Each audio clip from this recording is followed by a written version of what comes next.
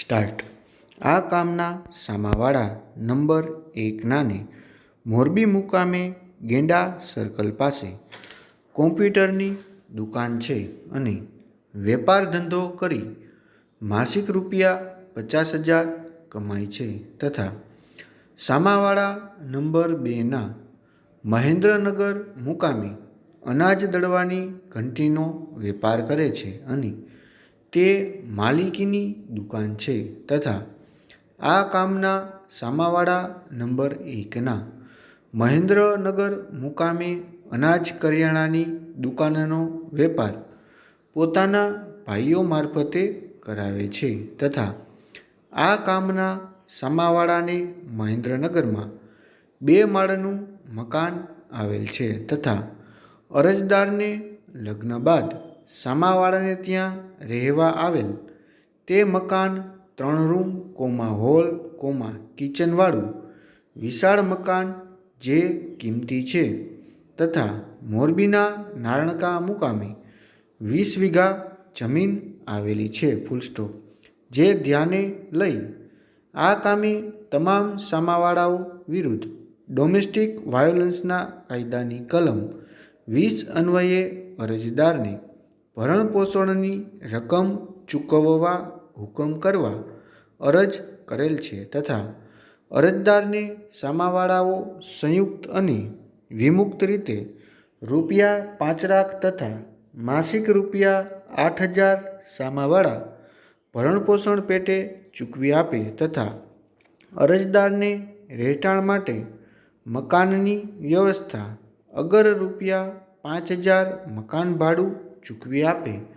તેવો હુકમ કરવા અરજ કરેલ છે અરજદારના વિદ્વાન વકીલશ્રીએ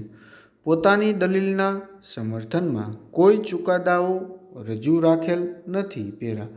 જ્યારે આ કામે સામાવાળા તરફે વિદ્વાન વકીલશ્રીએ 8-50 વાળી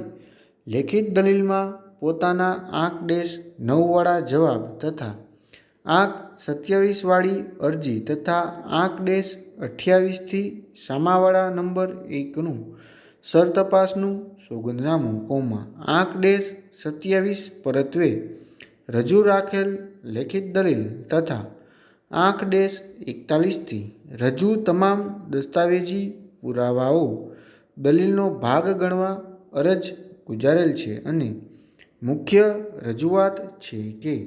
આ કામના અરજદારે સામાવાળા સાથે પ્રેમલગ્ન કરેલા